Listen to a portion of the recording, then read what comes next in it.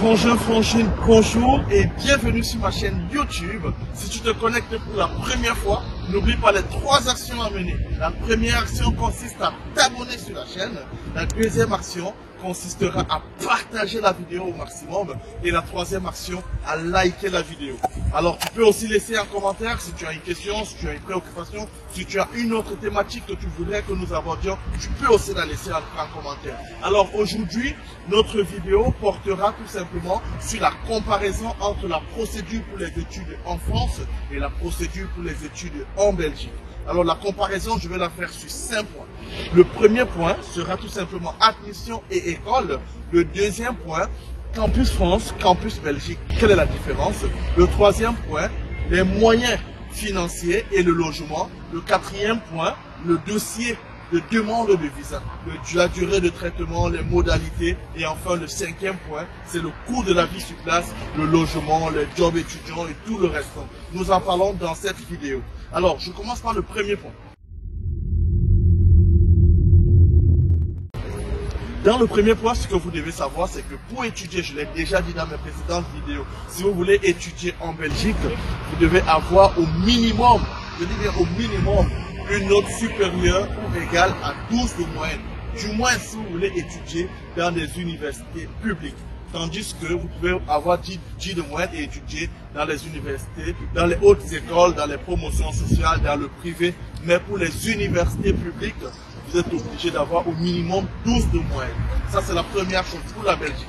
Tandis qu'en France, il suffit d'être admis. Ça veut dire que vous pouvez avoir 10 de moyenne et avoir votre admission dans une université publique en France. Donc, voilà la première différence. Alors, la deuxième différence, c'est que vous devez savoir qu'en France, vous avez plus de 75 universités d'État. Tandis qu'en Belgique, vous n'en avez que 6. Ça veut dire que d'une part, vous avez 75 possibilités et d'autre part, vous n'avez que 6 possibilités. Au moins pour ce qui concerne les universités publiques.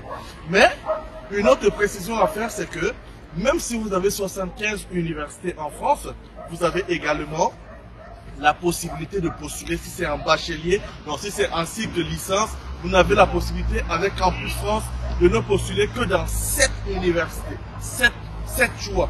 Donc vous voyez que vos choix sont un peu restreints, mais vous avez ces 7 choix sur 75, tandis qu'en Belgique, vous n'avez que 6 choix pour les 6 universités. Et encore, faudrait-il savoir si votre filière se trouve dans l'une ou l'autre université. Donc, côté choix, la France vous offre plus de choix dans la démarche que vous pouvez entreprendre. Alors, une autre précision, c'est que en France, vous avez un système qu'on appelle le système d'alternance.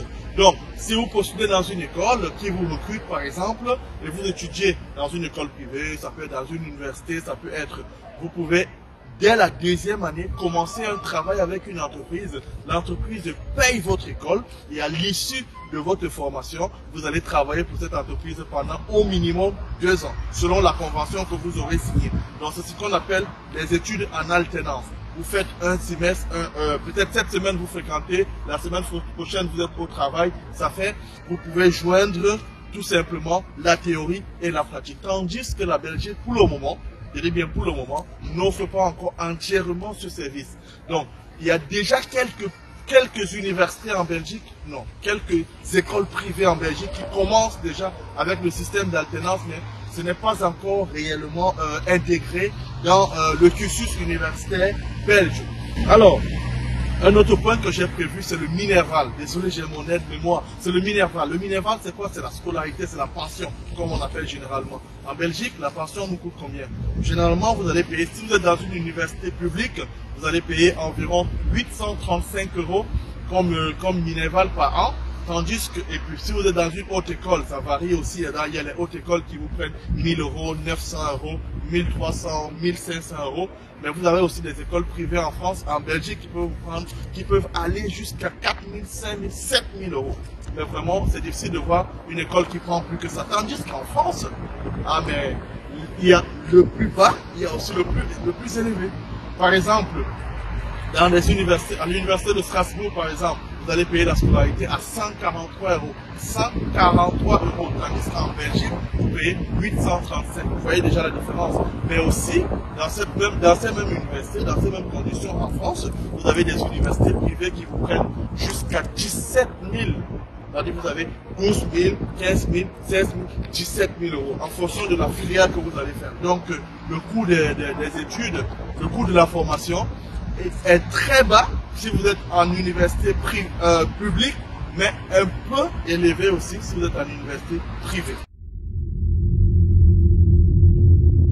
Nous passons maintenant à au deuxième mode de comparaison, donc au deuxième point concernant la procédure Campus France, Campus Belgique. Ici, je n'ai pas grand chose à dire, juste vous faire savoir que si vous postulez, si vous travaillez, si vous voulez venir en Belgique, vous allez passer par Campus Belgique. Or, Campus Belgique, on contacte Campus Belgique une fois qu'on a déjà obtenu une admission. Donc, les admissions en Belgique, pour la plupart des écoles publiques, vont ouvrir à partir du 15. Certaines sont déjà ouvertes d'ailleurs, à partir du 15 février et vont s'achever à partir jusqu'au 30 avril. Donc, vous avez jusqu'au 30 avril pour postuler dans les écoles, pour chercher une admission. Tandis qu'en France, si vous voulez entrer en cycle bachelier, alors vous êtes obligé de passer par Campus France. Donc, vous devez d'abord aller voir Campus France et c'est Campus France qui postule pour vous. Ça veut dire que vous passez par Campus France, mais c'est sous c'est sous l'autorité de Campus France que vous contactez dans les universités qui, oui ou non, pourront vous accorder une admission. Mais sachez une chose, c'est que, par exemple, maintenant, vous ne pouvez plus aller à Campus France pour postuler en licence 1, 2 et 3 parce que c'est déjà fermé. En tout cas, en licence 1, je veux dire, uniquement en licence 1, parce que c'est déjà fermé. La date limite était le 15 décembre. Par contre, licence 2, licence 3, c'est jusqu'à la fin du mois de janvier et début février, en fait, ils ont donné jusqu'au 15 février, mais vous devez avoir payé les frais de Campus France avant le 15 février. Vous vous rendez donc compte que d'ici février, on ne pourra plus postuler dans les écoles parce qu'il faut passer par Campus France. À moins que vous ne postulez dans une école qui n'est pas connectée à Campus France. Et là, une fois que vous aurez obtenu une admission, vous reviendrez donc vers Campus France, un peu comme ça se passe du côté de la Belgique. Nous passons maintenant au troisième point. Le troisième point portait tout simplement sur les moyens financiers et le logement. Commençons par les moyens financiers. Pour étudier en Belgique, vous avez besoin d'un garant. Tout simplement. Mais je commence par la France pour que vous compreniez mieux le volet de la Belgique.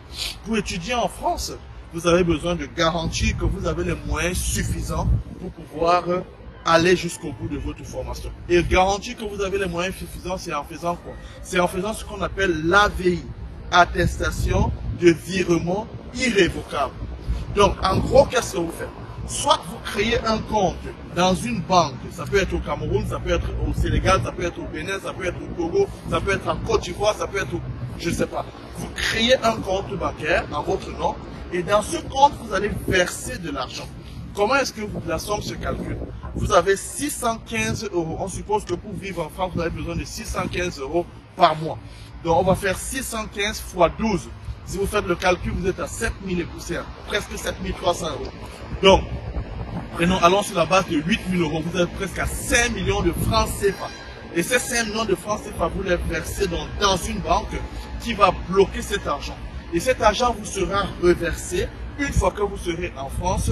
Tous les mois, on va vous remettre dans la somme que vous avez déposée divisée par 12. Donc, si c'est 615 euros, on va vous virer 615 euros. Ça veut dire que vous allez récupérer cet argent au bout de 12 mois.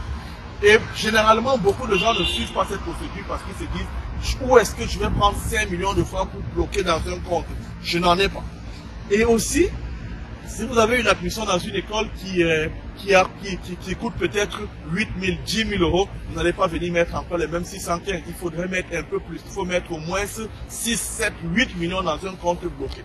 Pour montrer que oui, vous avez de quoi vivre, pour qu'on vous donne un visa. Vous pouvez aussi avoir un garant qui dit oui, je m'engage, et tout, mais ce n'est pas conseillé d'avoir un garant quand on est en Afrique et qu'on veut venir en France. Certains l'ont fait, ça passe, je ne dis pas que ça passe pas. Mais l'ambassade est plus sûre quand vous présentez une AVI. Là, ils savent que l'argent a été bloqué. Par contre, pour venir en Belgique, vous n'avez pas besoin de bloquer de l'argent. On a juste besoin de quelqu'un qu'on appelle le garant, qui ira dire que je m'engage à prendre en charge l'étudiant tel qui vient étudier en Belgique pendant telle période, dans telle école. Et il va donc justifier en montrant ses fiches de paye, en disant voilà, je travaille, je gagne de l'argent, je parviens à subvenir à mes propres besoins et tout. Donc vous pouvez avoir un oncle, une tante, un ami, je sais pas, n'importe qui prend sur lui, s'il est dans l'Union européenne bien évidemment, et s'il est à l'extérieur, il va être membre de votre famille. Donc il prend sur lui de donner ses documents et de vous signer une prise en charge pour vous rendre compte que vous avez déjà épargné un 5 millions de francs que vous devez absolument verser ailleurs. Donc voilà déjà un avantage aussi. Alors, parlons maintenant du logement, toujours dans le même cadre. Côté logement, pour venir en France, vous devez avoir ce qu'on appelle un justificatif de logement. C'est obligatoire dans la demande de visa. Donc, justificatif de logement, vous pouvez avoir de deux façons. Soit vous avez déjà réellement contacté un bailleur, vous avez engagé, vous avez payé pour un premier mois de loyer ou bien un deuxième mois, ou bien 2 mois de loyer, et vous avez un contrat de bail. Donc vous mettez le contrat de bail pour dire que le logement vous attend. Soit alors quelqu'un s'engage à vous accueillir chez lui et il vous fait ce qu'on appelle une attestation d'hébergement. Pour dire je vais héberger l'étudiant tel chez moi à partir de telle date, il vient pour ses études, pour telle chose. Et il faudrait donc que celui-là qui accepte de vous héberger puisse habiter non loin, c'est-à-dire dans la circonscription de votre université. Donc il y a un nombre de kilométrages qui ne doit pas dépasser. Alors là, il peut vous accueillir. Tandis que en Belgique, on vous demande juste où est-ce que vous allez loger. On ne vous demande aucun justificatif. Vous pouvez dire, je vais loger chez mon frère. Vous pouvez dire, je vais loger chez ma soeur. Vous pouvez dire, quand je vais arriver, je vais aller à l'hôtel. On vous dit, ok, d'accord, on a compris. Il faut juste que votre réponse soit cohérente. On ne va jamais vous dire de justifier que vous allez réellement loger là-bas. Vous voyez que c'est aussi un avantage. Alors, passons maintenant à la 4e étape, donc le dossier même de demande de visa. De quoi est constitué le dossier? Vous devez savoir que le dossier est le même que nous serons en train de faire la procédure pour la France ou que nous serons en train de faire la procédure pour la Belgique. Donc, toujours de justifier, de montrer un moyen de subsistance, je viens de dire comment ça se passe, un moyen de, en fait, pour le logement, je viens de donner la différence, de pouvoir avoir une attestation, comment ça s'appelle, de pouvoir avoir une garantie en termes de santé, donc un certificat médical, de pouvoir avoir une assurance. Donc ça, c'est des deux côtés, on vous demandera exactement la même chose. Mais parlons plutôt de la durée de traitement des dossiers. Alors, une fois que vous avez déposé votre dossier, déjà, sachez que en France, vous allez directement à l'ambassade ou au consulat. Tandis qu'en Belgique, vous allez vous rendre chez TLS. Je l'ai déjà dit, c'est un organisme de sous-traitance. Vous n'allez jamais mettre vos pieds à l'ambassade. Donc c'est TLS qui transfère votre dossier et une fois que le traitement est terminé, ça revient à TLS et TLS vous contacte pour venir récupérer vos documents, récupérer votre passeport. Alors, un autre point consiste à tout simplement, dans la construction du dossier, si vous déposez votre dossier à TLS Contact, TLS envoie à l'ambassade. Il y a deux possibilités. Soit votre dossier est traité sur place, si c'est au Cameroun par exemple, soit il est traité sur place à l'ambassade de Belgique au Cameroun, et s'il est traité sur place, la durée de traitement c'est 2 semaines. En 2 semaines, on vous appelle, on vous donne votre visa. Mais soit, dans la plupart des cas, c'est ce qui se passe, le dossier est envoyé à l'Office des étrangers. Donc, ça revient donc sur Bruxelles et c'est à l'office qu'on va traiter. Vous devez attendre d'abord au minimum 3 semaines pour que votre dossier soit en ligne, pour dire que l'Office des étrangers a reçu votre dossier. Et maintenant, vous pouvez attendre même 4 mois pour le traitement de votre dossier. Si vous êtes dans une école publique, privée, c'est au moins 4 mois. Mais dans le public, vous pouvez faire peut-être 3 mois. Vous attendez qu'on vous donne une réponse. Tandis qu'en France, c'est automatique. Vous déposez votre dossier à l'ambassade de France ou alors au consulat général de France et vous avez une réponse dans un délai maximal de 2 semaines. Normalement, 10 jours, 2 semaines, on vous a déjà répondu. Vous connaissez votre sort. Donc voilà aussi les petites différences. Finissons avec le coût de la vie. Ben, le coût de la vie il est presque le même qu'on soit en France, qu'on soit en Belgique. Maintenant, il faudrait savoir juste où est-ce qu'on se trouve. Si vous êtes en Île-de-France, donc Paris, oh, c'est autre chose, croyez-moi. C'est-à-dire le logement à Bruxelles, vous avez le logement à 250, 300, 400, en moyenne 350. Donc vraiment la moyenne, vous pouvez avoir juste un peu plus, juste un peu moins. Mais à Paris, déjà tu ne trouves pas, tu vas aller en Île-de-France pour trouver un logement. Et même quand tu trouves dans Paris, c'est extrêmement cher. Donc, coût de la vie, si vous voulez pas trop dépenser, fuyez Paris, allez un peu plus loin. Vous allez trouver des choses vraiment moins chères. Allez à Saint-Etienne, c'est la ville la plus moins chère. Allez à Lyon, allez à Nantes. Ce sont des grandes villes aussi, mais dans lesquelles le coût de la vie n'est pas aussi élevé que si vous étiez en Île-de-France. Et bon, maintenant en termes de job étudiant, moi quand je suis arrivé en Belgique, je travaillais, j'avais des jobs pour lesquels j'étais payé 15 € de l'heure, mais en moyenne c'est 12,50 €. Tandis, et puis en Belgique, si vous êtes payé, si vous travaillez 12,50 € de l'heure, on vous paye 12,50 € de l'heure parce qu'on ne coupe pas les taxes aux étudiants. Quand moi je suis arrivé en France, parce que présentement je suis en Belgique et en France, je suis dans deux universités, dans deux écoles différentes, dans deux pays différents, dans deux villes différentes. Quand je suis arrivé en France, j'ai commencé à travailler, les gars. Vous n'imaginez pas. Je travaillais, d'abord on me dit qu'on paye 11 € de l'heure, c'est le SMIC. Donc c'était 11,07 €, maintenant c'est passé à 11,23 €. Donc 11,07 €. Et ça c'est le prix, ça c'est le salaire net, le salaire brut. Et en net, on te donne carrément 8 €, disons 8,90 €, 8,90 €. Et vous vous rendez bien compte qu'il y a une grosse différence entre ce qu'on vous donne en France et ce qu'on vous donne en Belgique. Donc vous avez 8,90 € ici et là-bas vous avez 12,50 €. Donc si vous voulez être bien comme étudiant, avoir les moyens de vous en sortir, la Belgique peut-être serait mieux. Mais après, si vous avez des personnes qui vous aident à financer vos études, qui vous aident à avancer, la France aussi, c'est... En fait, c'est chacun en fonction de... Moi, je vous présente les deux, et après, c'est vous qui faites le choix. Voilà. Donc, voici en quelque sorte ce qu'il y avait à dire par rapport à la procédure en Belgique et à la procédure en France. Merci d'avoir écouté cette vidéo. Si elle vous a intéressé, n'oubliez toujours pas les 3 actions. Abonnez-vous, likez, partagez. Et si jamais vous avez des questions, vous pouvez tout simplement nous le faire savoir en commentaire. Vous pouvez nous contacter aussi à mon numéro qui est toujours dans la barre de description. Et au pire, si vous voulez vous faire accompagner, que ce soit en France, que ce soit en Belgique, je reste disponible. Nous avons des partenaires pour la France, nous avons des partenaires pour la Belgique à tous les niveaux de votre procédure. Une fois de plus, merci et bonsoir.